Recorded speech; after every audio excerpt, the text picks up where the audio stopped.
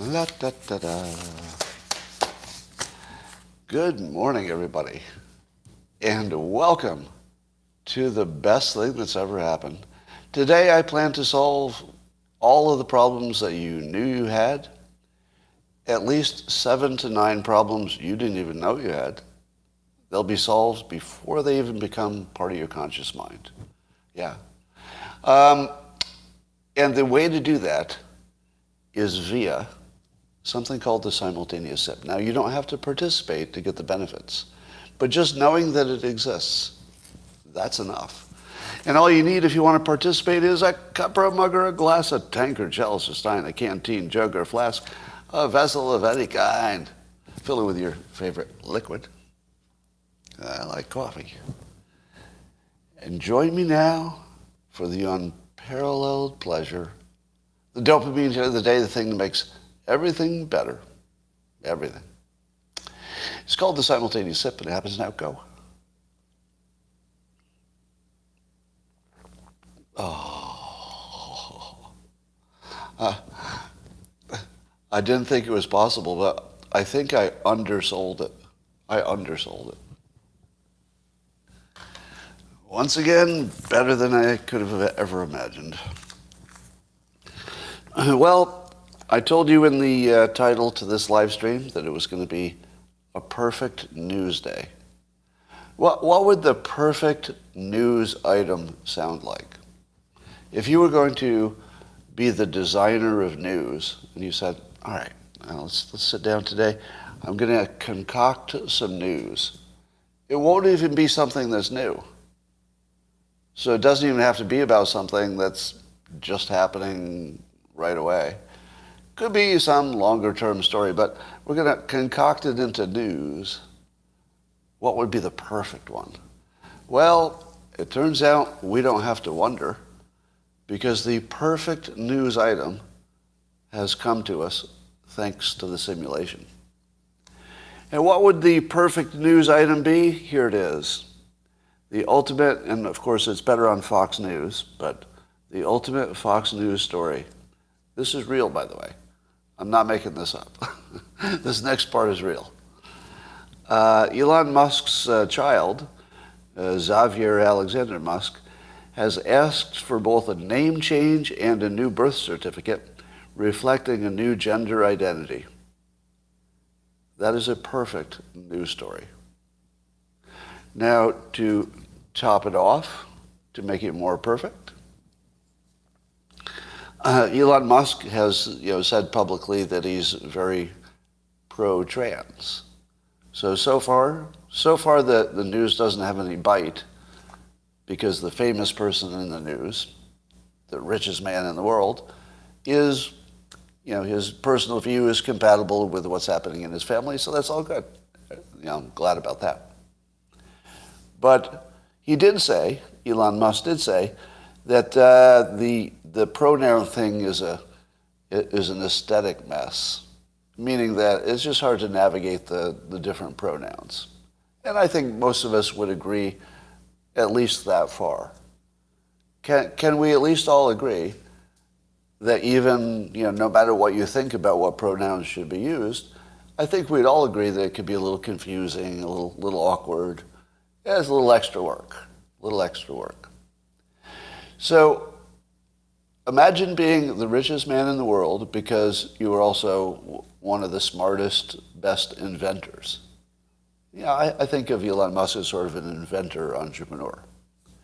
So imagine being an inventor by nature, and you see that the way the trans community has decided to handle the pronoun stuff, and the supporters and other people as well, is picking one of the few words, they and them, that is confusing because it refers to multiple people instead of one.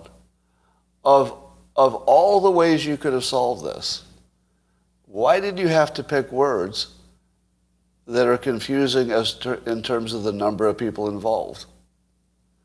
Of all the solutions. Now imagine being the Elon Musk, and you're thinking, all right, so you've got this situation where the pronoun could be confusing. So maybe we should stop using he and she and her and him, because now, there's some ambiguity with those words. So why would you add an extra ambiguity when you're trying to deal with the other ambiguity? Why would you create a new ambiguity of number of people involved? Now, it's not real ambiguity because usually you can tell in context. But at least your brain is still going, wait, multiple? Oh, single. Oh, okay. And then it has to go on. So it's like this little speed bump for your brain. Very, very unnecessary. Now, let me ask you this. You don't think that out of the 7 billion of us, if we did a little brainstorming, we could come up with a new pronoun for a single person, an individual? We can't do that?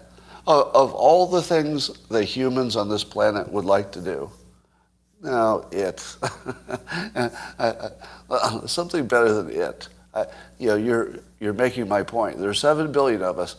I'm sure we can come up with a non-insulting pronoun, a non-insulting pronoun that doesn't also confuse you about the number of people involved. Do you think that's too big of a hurdle? Do you think that we've become such a divided country that we couldn't do that?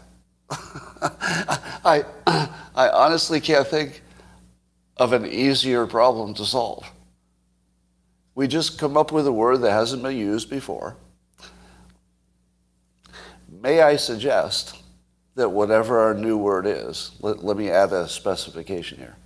Let me suggest that whatever the new word is, it can't add ambiguity, number one, but it should not be a word we already use for something else. Can we at least fucking agree on that? Why would you use a word that's being used for something else? Of all the letters, you got a lot of letter combinations. You could make up a new word that hadn't been, used and abused and, burdened by other purposes. How in the world can we not solve this? Is it just me? Like, it honestly seems like the world's simplest problem, and we can't figure it out. All right. We like to fight. I'm going to give CNN more credit today. They ran a major opinion piece from an anti-abortion proponent. Does that seem like a change in mission for CNN? Because I'm not sure that I've tracked this particular topic and how they've handled it before. But the thing I'm looking for is that CNN has, at least the new boss, has said that they're going to be more balanced. Is this an example of that? Because it surprised me. It looked like something you would see on Fox News opinion site, but it was on CNN's opinion site. So, can we agree, in the spirit of togetherness and good intentions, could we agree that CNN did this well, in the sense that they showed an opinion that is less common for their base supporters? I don't know. I think you have to give this to them, I think. Now, whether this helps their profitability, that's a big question. I'm not sure it will. I'd love to say that I advise them to do this from a business perspective, but I don't know how they can make money by being unbiased. I honestly don't. If anybody knew that, they'd already be doing it. But I hope it works out. All right, here I'm going to solve just about all the problems in the world, if you don't mind. See, we'll solve everything from food shortages, water shortages. We're gonna take on climate change. A lot of employment problems, poverty, and we're gonna do it all with one idea. I've got one word for you. Trenches. Trenches. Now, you know that Elon Musk, and by the way, I'm not sure if you know this, but there was a rule change recently. The old rule last year if there was anything you wanted to talk about, it had to have a Joe Rogan connection. That was sort of a 2021 and maybe early 2022 thing. But the rule has changed now. Everything has to have some kind of a Elon Musk reference, or else it's just not worth saying. I mean, what's the point? So the Elon Musk reference for this story is that, he owns a company called the Boring Company that literally bores tunnels. It's a tunnel-making giant device. But here's the problem. When you make a tunnel, you need to reinforce it, and there are a whole bunch of other considerations.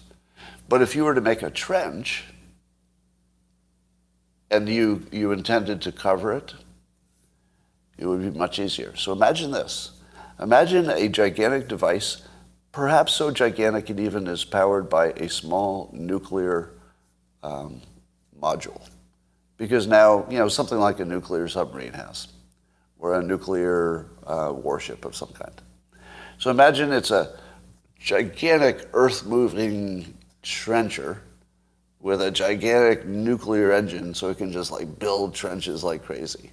And it just builds a trench that's exactly the right dimension, that when you put mirrored walls on the side and you cover it with some kind of standardized, let's say 20-foot metal crossbars with some kind of a plastic or see-through hothouse top, that you could create these infinite indoor gardens and also create some bricks at the same time. Because one of the things that Elon Musk, again, this is a double Musk reference, because you really can't understand anything until you know how it relates to something Elon Musk has said or done.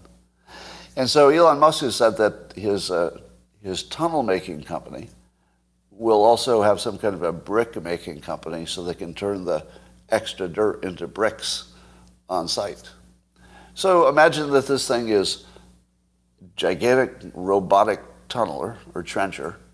It goes out where people need more food, and it just trenches the heck out of it and puts it indoors. Now, what benefits do you get by moving it indoors?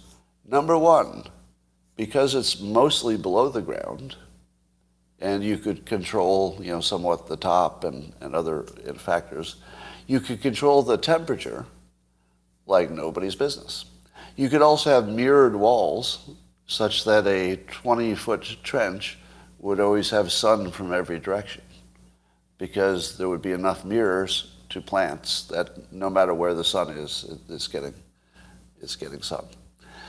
So now you've controlled temperature. You could control for bugs because it's indoors. You could control for water because your evaporation, I believe you could control for that, right?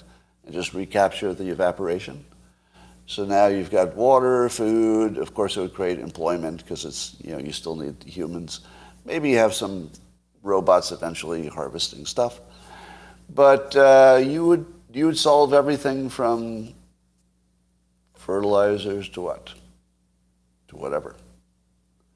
Mirrors would burn it up. No, mirrors would be adjustable so that you would be able to adjust the reflectivity of the mirrors for whatever you were trying to accomplish. So you'd be able to take down the reflectivity or take it up, possibly with nets or some kind of screen, maybe with technology, I don't know. But now let's take it to the next level. Imagine if this trenching device was also an enormous robot, because remember, it's got a nuclear-powered engine, so it can do anything until it breaks. And it's got big arms, and it's creating bricks out of the dirt, so it's building the walls as it goes and reinforcing it.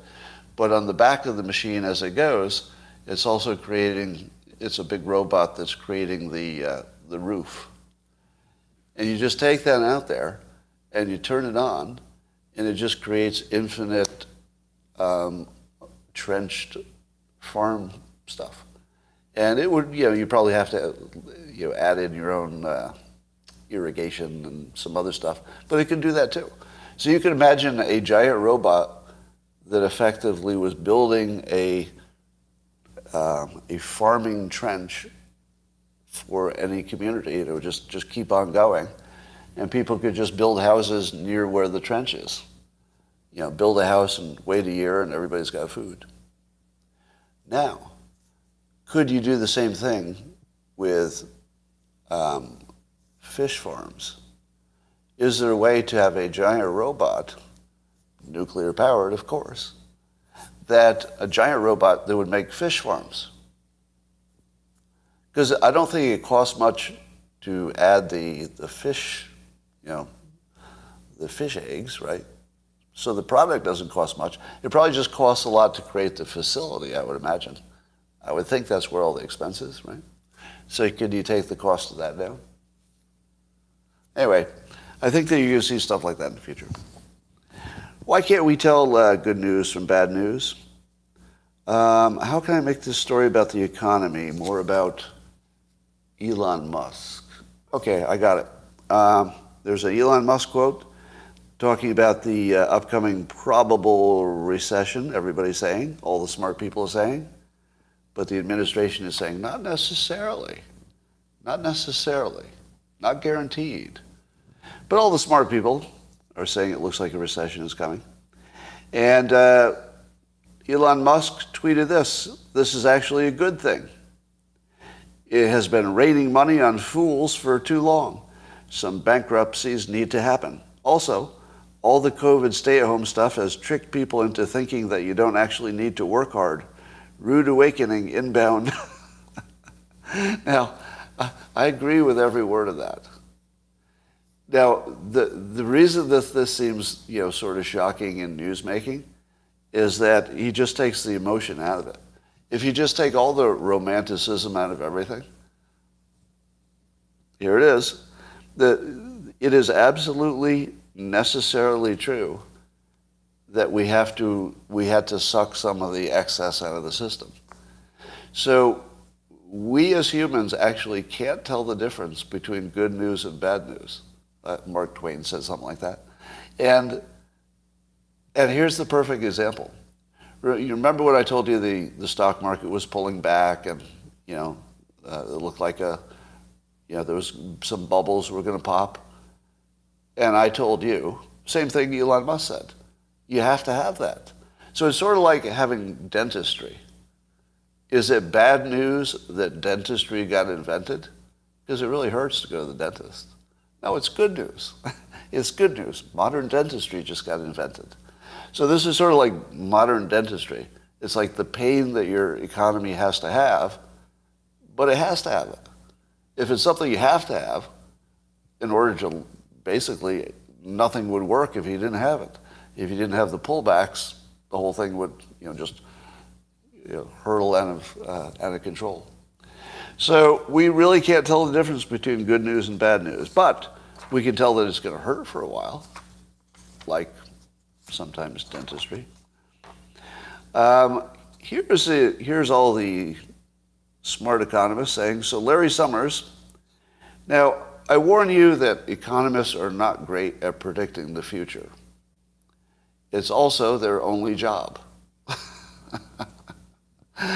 That's one of the things that discouraged me about economics. If you think about it, the only point of understanding economics, the only point, is so you can predict what's going to happen next. Do you know what economists can't do? They're not really good at predicting what happens next. And it's their only point. They don't have any other purpose. And they can't do the thing that they exist to do.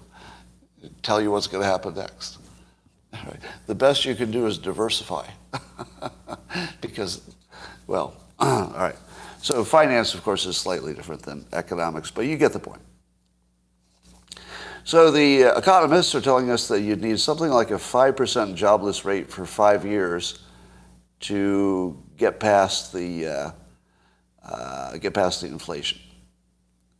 So we're at 3.6% now, which is sort of a really, really, really good point. 5% is not terrible, right? Because right now we have tons of help wanted signs. Everywhere I go, there's help wanted still. Even though we're anticipating the recession, I have a feeling that 5% unemployment won't feel like it might have at some other time. I feel like we're not going to notice. It's almost like what we have to absorb in unemployment will just be that the people in the hardest jobs to find employment, I guess, whatever that is during that time, will probably have to work a little harder or change professions, but probably will adjust. So it feels like the kind of problem that will be crushing for some number of people, but not necessarily anybody you know.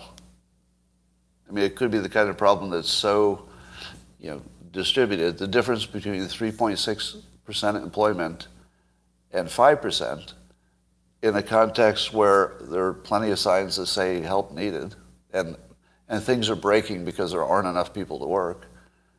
I don't know. It just doesn't look like this is a hard solution.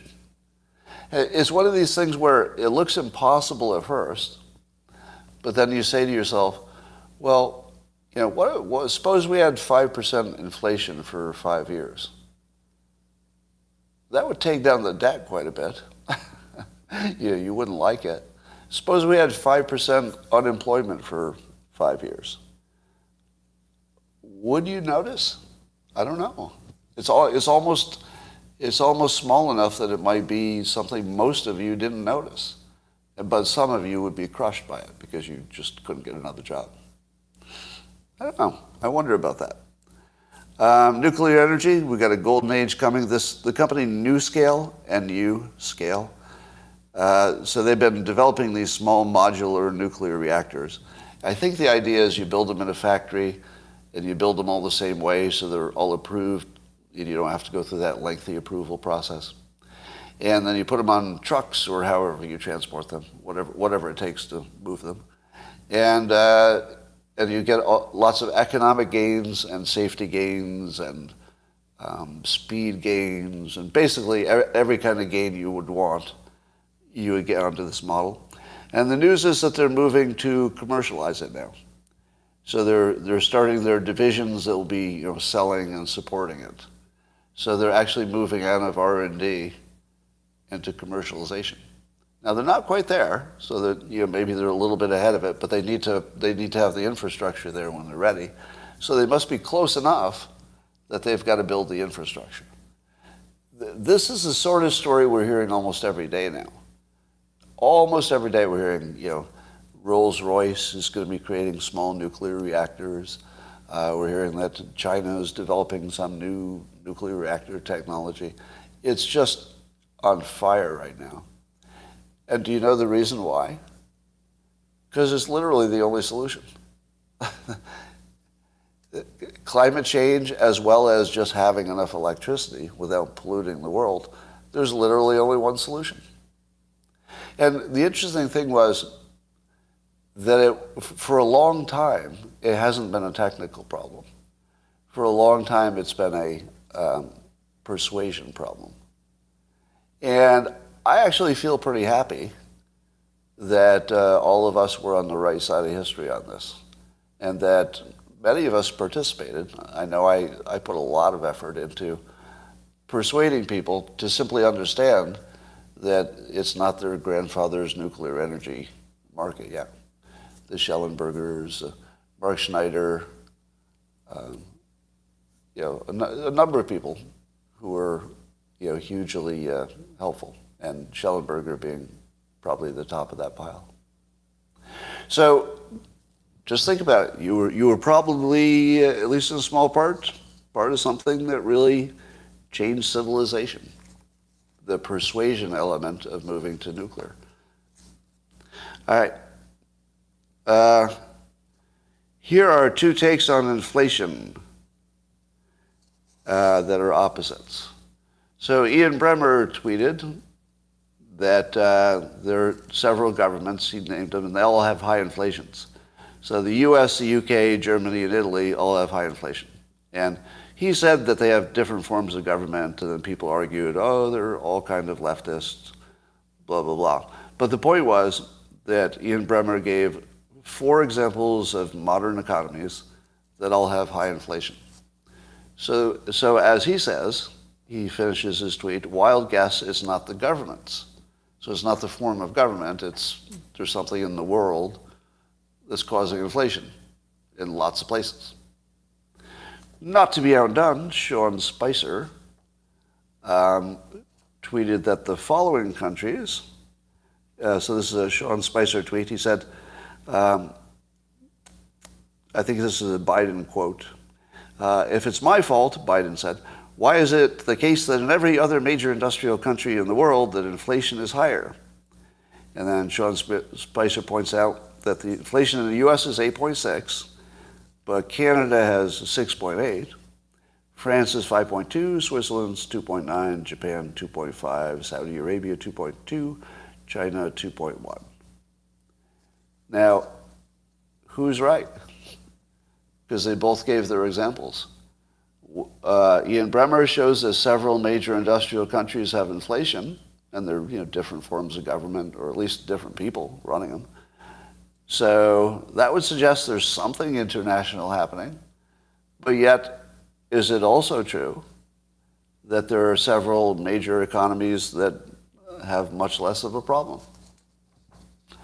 Yeah, and the answer is both, right? They're probably both true. It's a mixed bag. So it's something about what we've done and something about the world at the same time. So that would account for everything, basically. So Rasmussen has some new polling on Biden. Only 27% of likely U.S. voters rate Biden excellent or good for handling the economy. 27. That's about, it's 27%. That's almost a quarter. It's a little more than a quarter, actually. Not almost. It's a little more than a quarter. A quarter is like 25% of the public. 25. Huh. All right, inside joke alert.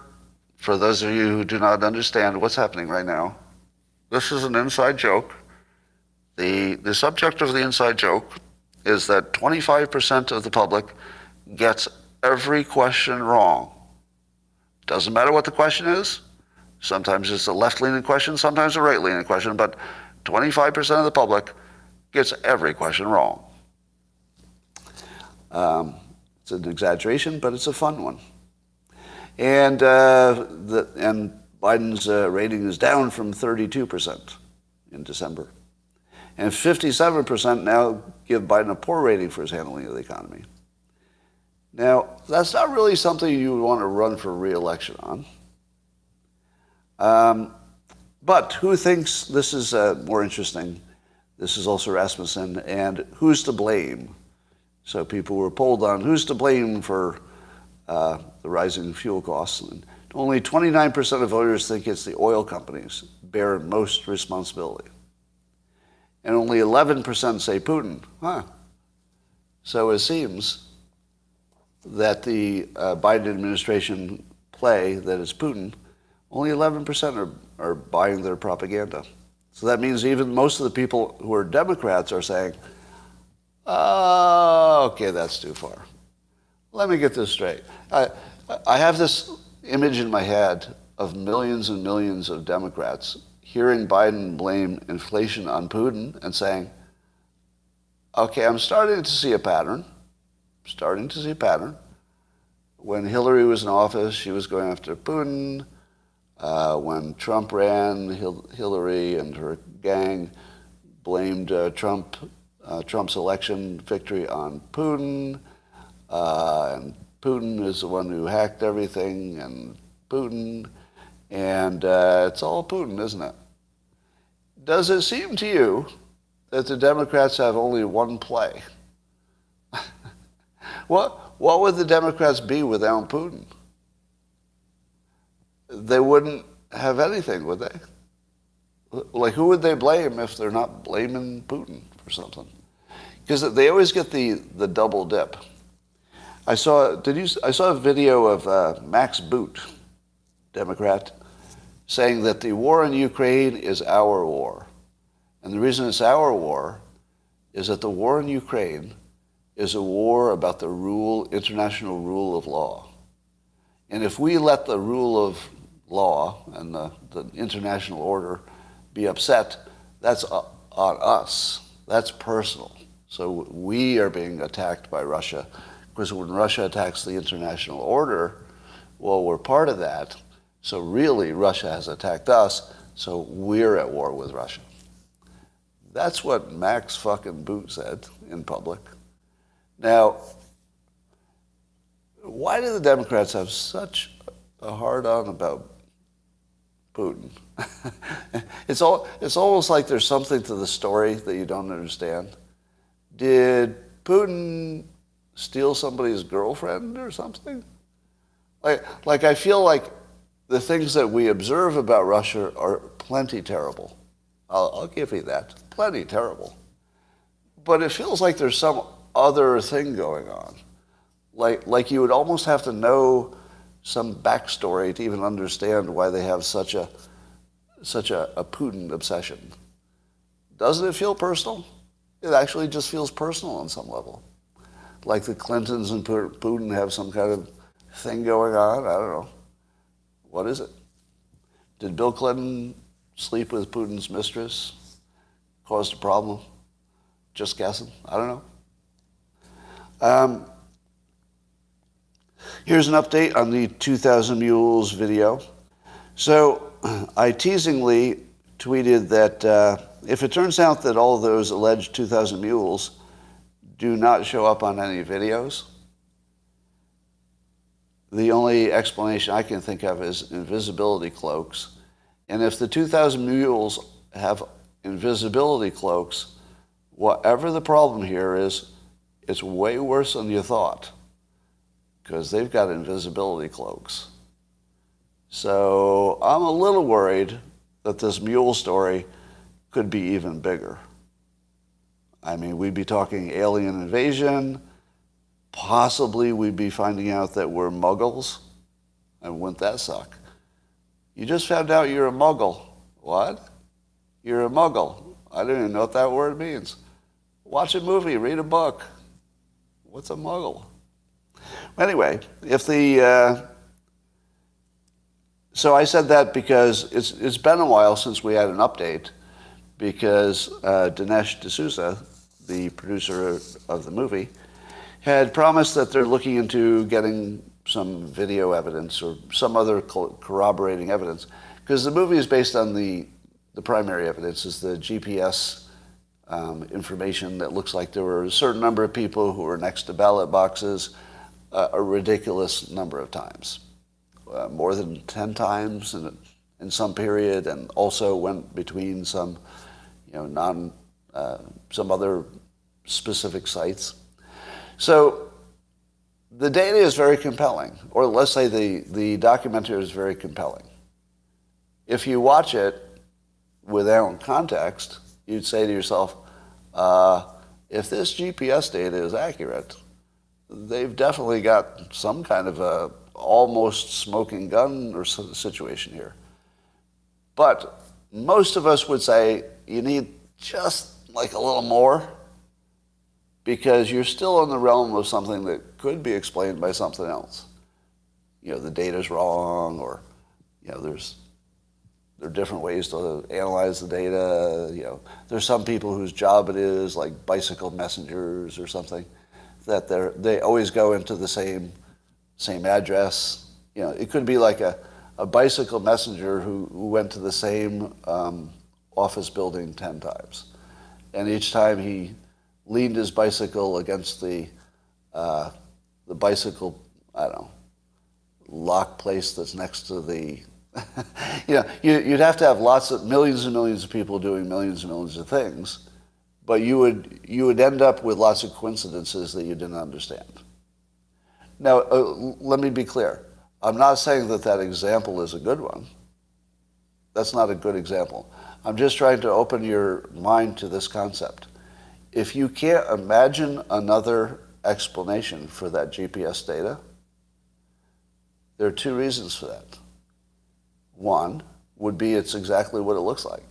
It looks like a bunch of mules were delivering too many ballots to too many ballot boxes, and it's suspicious. That is one explanation. Do we agree on that? The video absolutely or the 2000 Mules movie, absolutely is consistent with that interpretation. But is it the only one? Because the other interpretation is one that is most often the one in these situations. What is the most often explanation in these situations? And I'm saying these situations not about voting, but about where you've got some data that suggests something, just in general. Data that suggests something and you don't know what the answer is. So you say, well, there's only one answer. There's some crime here. What's the most usual thing that you find out later? There was something you didn't imagine. Yeah. It turns out we're terrible at imagining stuff. If you give me that same set of data and you say, all right, I'm going to take the most creative, smart, experienced people I know, and I'm going to put them in a room, and we're going to brainstorm all the ways that that data could look that way that are legitimate. How many do you think we'd come up with? I don't know. Because I'm not a room full of the smartest, most creative person. I'm just one person. But if you put the smartest, most creative people in the room, even with Dinesh's very strict criteria for the data, that it had to be the same box within a certain time period, like I think 10 times, which is a ridiculously high standard. So I think we'd agree that the standard feels high enough. I mean, common sense says that seems like a pretty good standard. But how good is our common sense? Terrible. Our common sense is terrible. The most likely explanation for anything you can't explain is not going to be Bigfoot. It's not going to be, an extraordinary, complicated scheme with no witnesses coming forward and no whistleblowers, because that would be sort of an unusual situation. It's possible, completely consistent with the data, but it would be unusual. It would be, counter to what you would expect in this situation. So, would you give me this one concession? This is all I'm going to ask for. I will agree with you that the 2000 Mules video and the research they did with the GPS is 100% consistent with the alleged sketchy behavior that says people were stuffing ballot boxes illegally. Are we good with that? That what it shows is completely consistent with that. So certainly we would all be interested in finding out if that's really what's happening. So we're on the same page on that, right? So we agree more than we disagree. I'm just saying that you and I would both like to see some video, wouldn't we? Wouldn't we? Or at least a mule or two saying that, yeah, you caught me. I'm the one on that GPS. It would only take me one convincing whistleblower who said, yeah, if you looked at which box I went to and the times I went, and you look at your data on the GPS, that's me. That's actually my phone. I can confirm that. Wouldn't we all want that? I mean, I think Dinesh would want that too, right? So that's something we can all agree on. It hasn't happened. But the only thing I would ask you to modify in your thinking is the following. If you think that because the only thing you can imagine is that it was mules, just be open to the possibility that your imagination is the problem. You just can't imagine the other possibilities. That's all. Somebody's saying something about Yuma, so there may be, is there some whistleblower or somebody got accused of something in Yuma? Send me that link if there's something I missed. All right. Did you hear about that? So Facebook took down a political ad by a Senate candidate, Eric Greitens, because it showed him with, and a bunch of people with weapons going, quote, rhino hunting. Rhino as in R-I-N-O, as in Republicans in name only, as in this is a MAGA supporter who's saying that he's trying to take down the Republicans, the fellow Republicans, who are not MAGA enough. Now, somebody said that, I get the win for predicting that Republicans would be hunted if Biden became president. Well, this isn't what I'm talking about. I wasn't talking about this. No. I didn't think Republicans would hunt each other. Trust me, I love to take credit for anything I get right. I think you know that. But no, I didn't predict the Republicans would hunt each other. That one kind of, even in, of course he was doing it facetiously, but it is an alarming way to make a point. But hey, free speech. I think the way Twitter handled it was better. So Facebook took it down because it sort of suggested violence. Not suggested, even though it was a parody, it wasn't serious, it suggested it. So let's go with suggested. But Twitter handled it better. It put a little warning on it that said, this is against our standards, but we think it's important that you see it, because there's like a news value to it today. All right. Let me ask you this. How would any of this 2020 and January 6th stuff be different if we didn't have lawyers?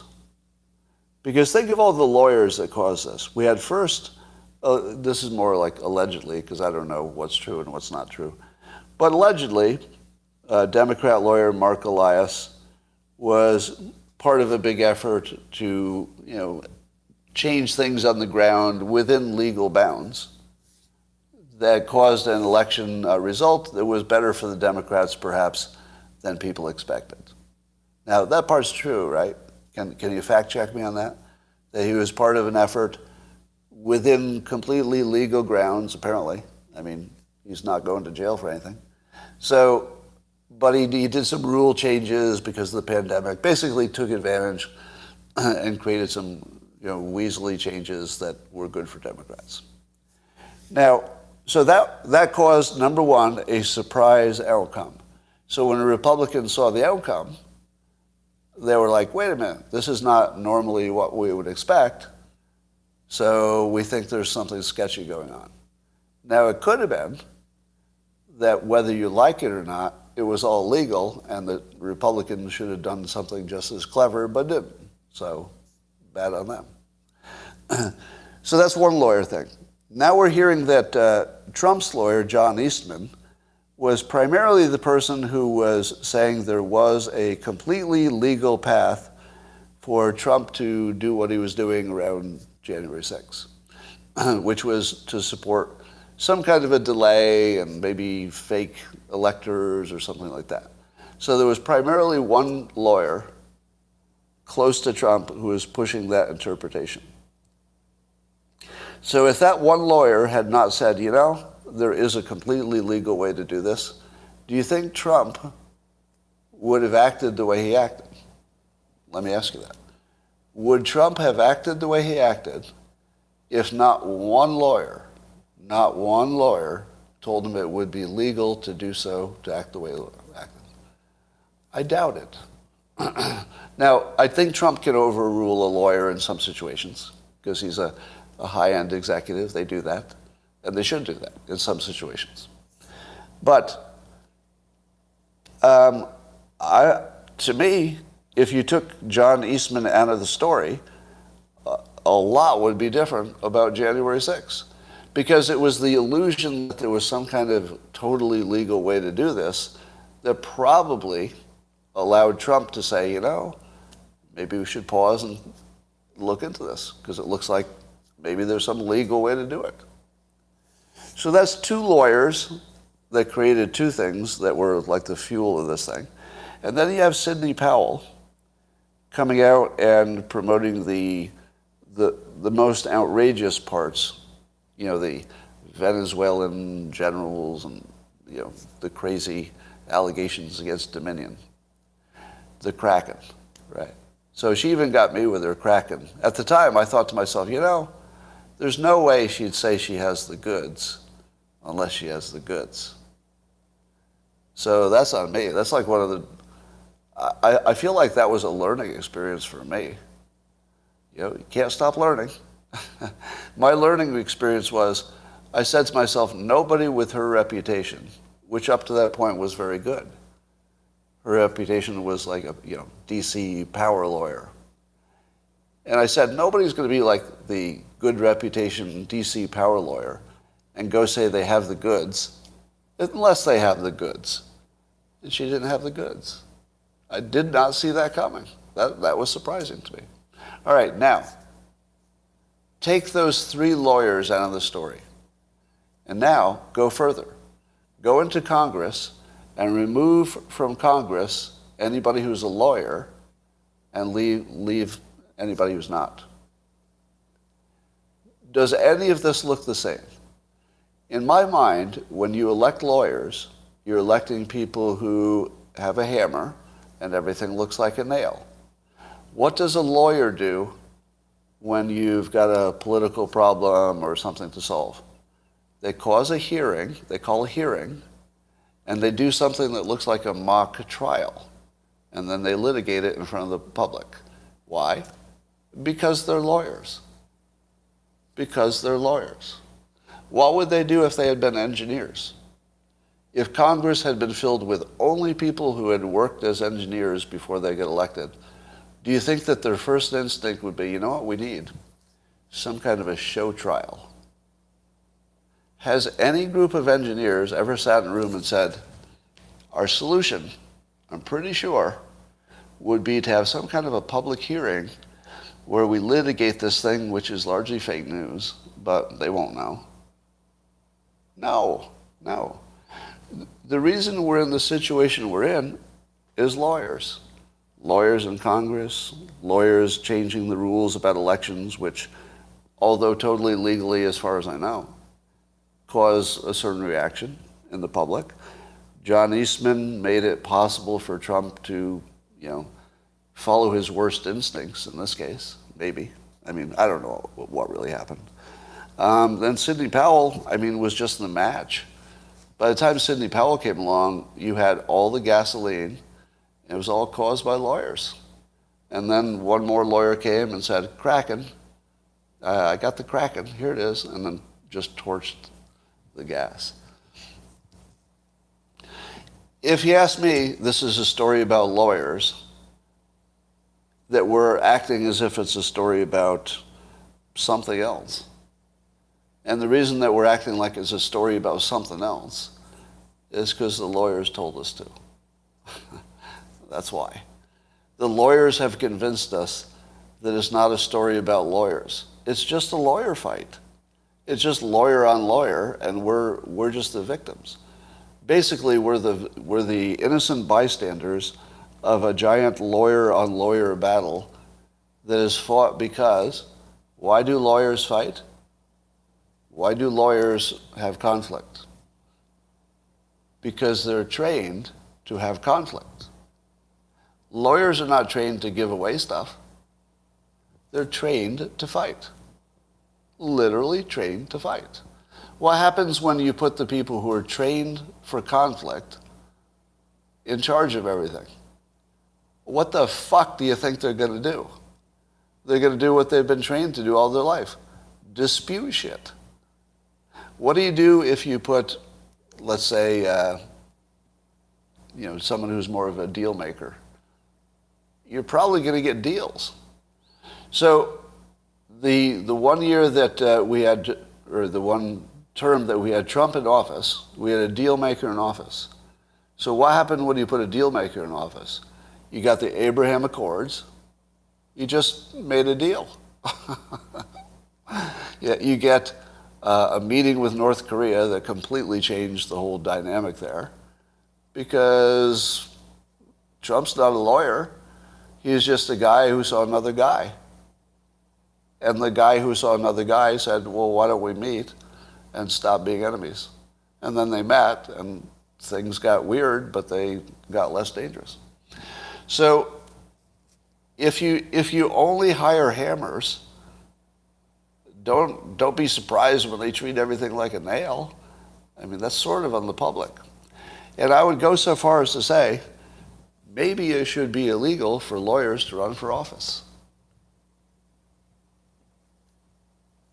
What about that? I heard somebody said it used to be illegal, but I don't have any confirmation that that was ever true. Was that ever legal or ever illegal for lawyers to run for office? Can somebody confirm that? It doesn't sound right. Yeah.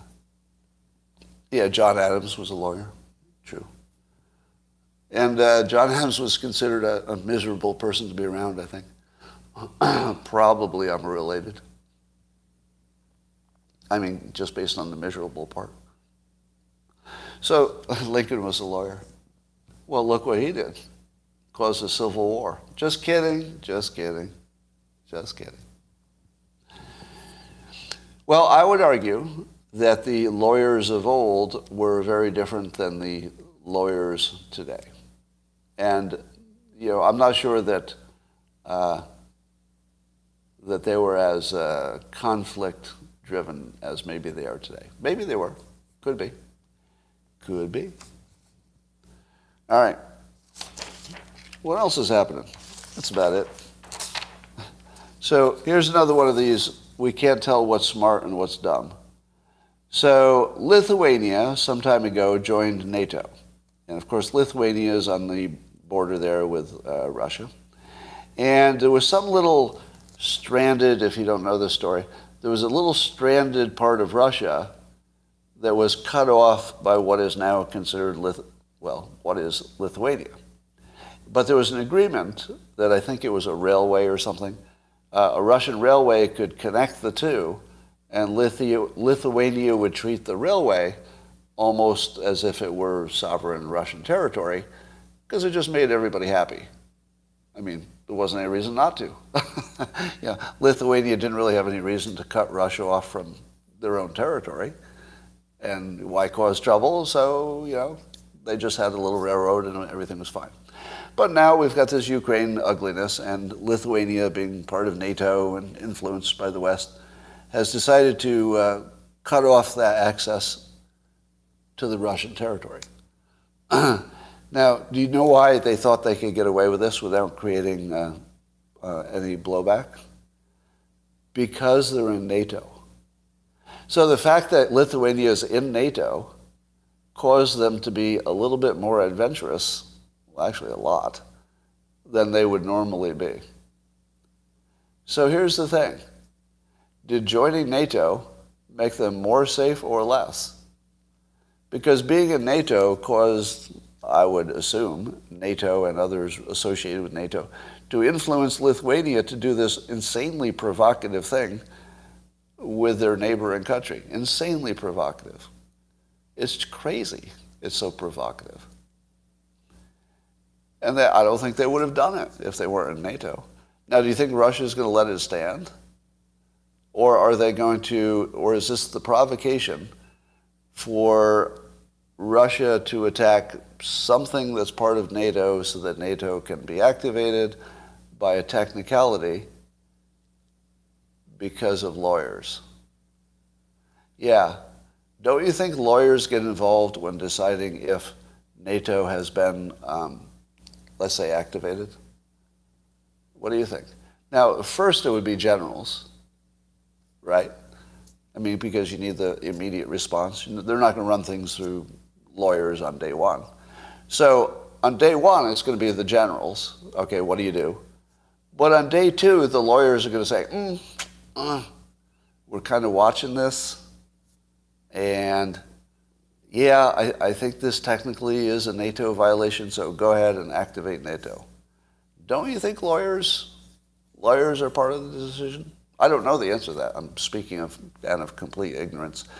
But I would imagine, if you're talking about a NATO document, who is it who interprets documents?